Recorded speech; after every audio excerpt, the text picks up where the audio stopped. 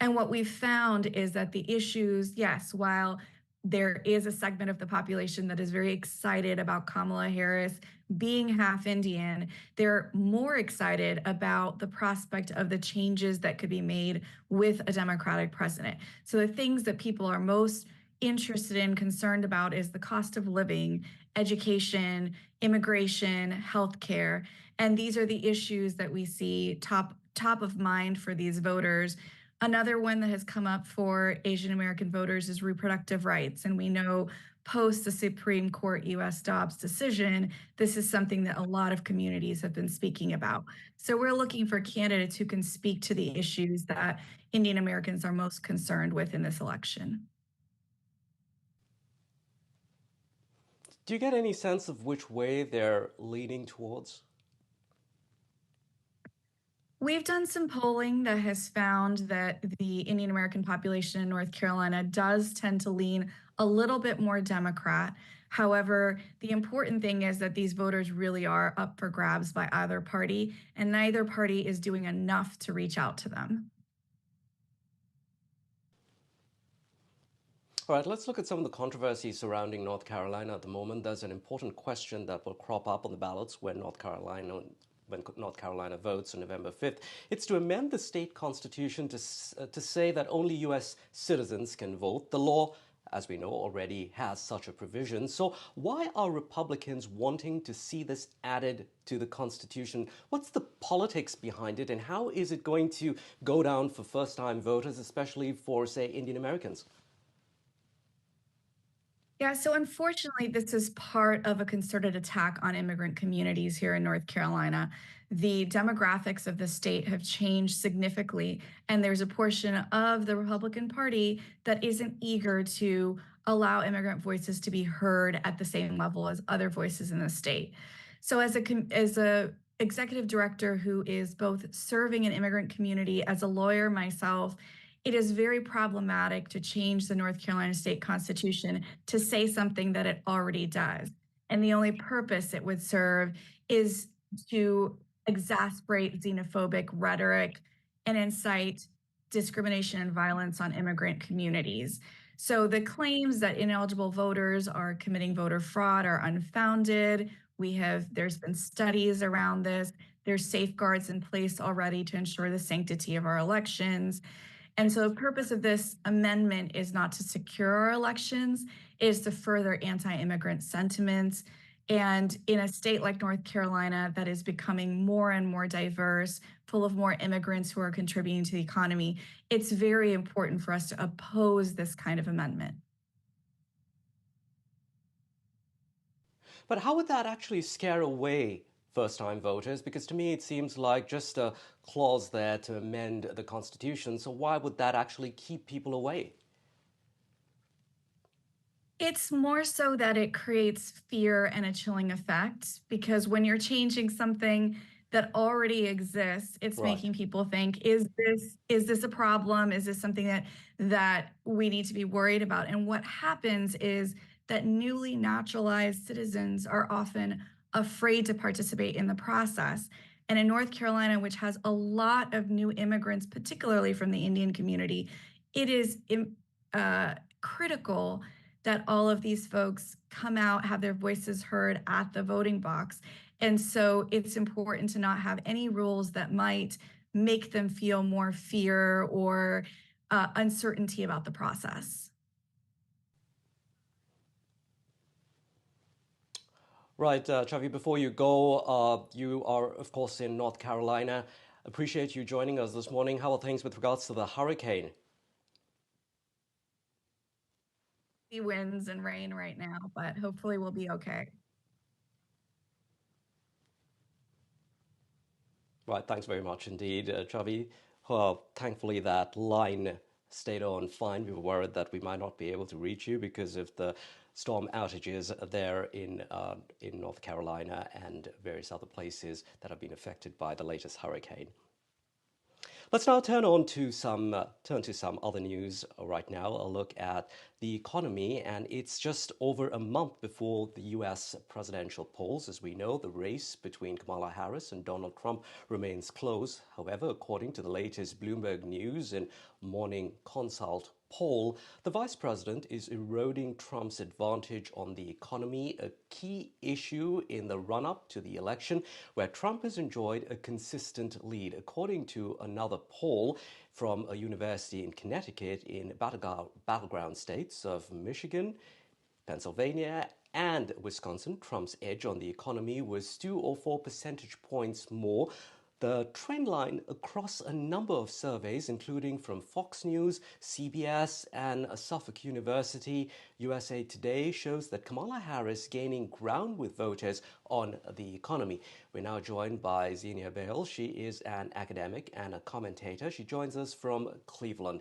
Xenia, Harris making some leads, many would say small leads, on the question of who could handle the economy better. Do you think that the tide is changing for Harris on the whole economy question, where Trump really has consistently fared better?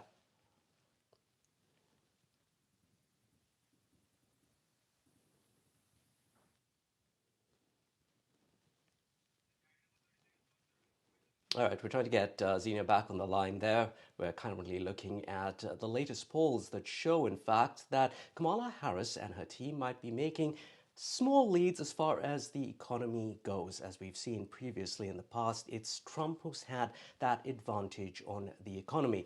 Now, Kamala Harris has recently unveiled her economy policy that includes a range of incentives, especially for the middle class. She's trying to distinguish herself from Donald Trump as far as her being a leader who represents the middle class, as opposed to Trump, as she said, who was born into wealth and is mainly targeting his wealthy friends. Of course, the tit for tat between the two sides continue. Trump has enjoyed the lead, really, as far as the economy goes, and Harris and her campaign has been trying very hard to make inroads there as far as making sure that they have an advantage on the economy. In recent days, we've seen things like the stock market reaching new record highs. We've seen the Fed also cutting interest rates. All of this, questions being asked as to how significantly this will play into voter psyche when they go to the polls. Let's now get back to Xenia. She joins us on the line. Xenia, thanks. We've got that line going. I was just wondering about this slight lead that Kamala Harris has on the economy. How significant is that, would you think? See, it's quite significant because when it comes to policies by Democrats, right, there is always apprehension regarding the economy. And the economy actually is one of the number one concerns for voters, right? When you talk about the middle class, when you talk about economy at a more micro level, when you talk about paying groceries, when you talk about childcare, right, that's been a big issue. When you talk about just basics of getting by for an American family, it has become very challenging with inflation at a 9.1%, right, starting at around 2022. It has reduced a bit, with the Fed very recently reducing or dropping that interest rate.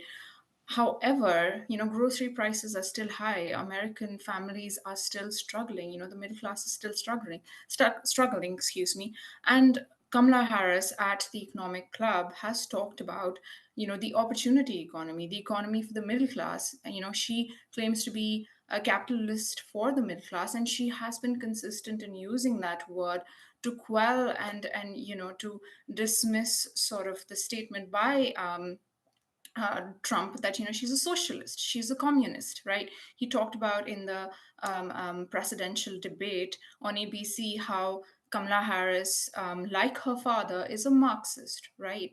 But Kamala Harris has staunchly said that she's a capitalist, and that statement is to appeal to those middle class voters in specifically swing states such as Nevada, such as Pennsylvania, Georgia, wherein the economy, aside from immigration, aside from reproductive rights and all these other issues, economy is a very big issue, right? Rising prices, grocery bills, all of that.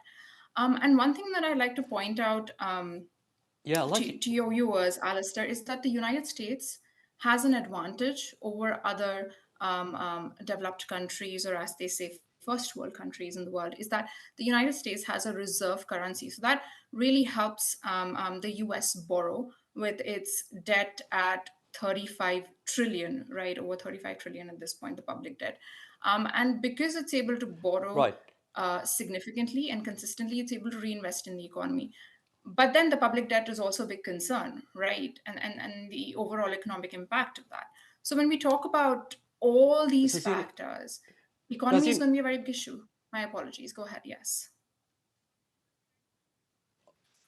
yeah, Zena, sorry to interrupt you, but the Harris campaign thinks that they can claim back the narrative on the economy before November 5th. We're maybe seeing that a little bit in the polls now. But do you really think it's wishful thinking, or do you clearly see a voter mindset changing here? Because at the end of the day, people are still complaining about high prices, as you mentioned, in grocery stores, things like jobs, wanting really a better future as far as just everyday life goes. Yes, absolutely. It's, as I said, it's one of the biggest issues, right? We talk about Bidenomics, we talk about Trumpnomics, we talk about Trump's plan to help curb inflation, reduce inflation, help American families. I think what it gets down to, Allister, is helping the middle class, right? It's really appealing to those middle class voters. Uh, what Harris is doing is she's trying to paint a picture of Trump as being a capitalist who only works for the rich, right, the super rich, um, uh, the 1 or 2% in this country who have a lot of wealth and who accumulated a lot of wealth from being on the board of big corporations, being the CEOs of big corporations or founding big corporations, right? What she talks about is instead having an opportunity economy, being a capitalist for the middle class. And Trump, in response to that, has talked about how Right. under Biden prices have been at its highest, though they haven't been. Inflation actually in 1981 in the US was at its peak pretty much. Um, at this point, grocery prices are about 13.5%. We've seen an increase, right, all under Biden. So there is definitely that disadvantage due to these high Sure. prices and Uh, inflation that Kamala Harris has. But then she tries to counter that with talk about her Xenia, we'll have policies to about unfortunately leave it the there for now. middle Xenia class. Yeah. Bale there joining us from Cleveland. She's an academic and a commentator. We are running out of time. Xenia, hope to talk to you not at another point in time. Now, according to reports, the Joe Biden administration is planning to soon issue a regulation to cement sweeping asylum restrictions it enacted at the southern border recently. Biden issued a proclamation in June suspending the entry of most migrants crossing the US-Mexico border illegally. After the stringent measures came into effect, illegal border crossings plunged to a 4-year low. Now, Kamala Harris visits the southern border today in Arizona as she plans to go on the offensive with Trump over immigration. Now, Trump candidate Donald Trump has launched a collection of branded watches for a whopping price of $100,000 each. Reports suggest that the watches are made out of 18-karat gold and encrusted in diamonds. The former president is not personally selling the watches, but appears to have given permission for the use of his name and brand by a watch company. It can be recalled that Trump had recently launched a new cryptocurrency venture. The burning question is whether a sitting president, of course, could be associated with such businesses. That's it for now on US Election Watch. Thanks for your company. I'm Allister in Washington, D.C.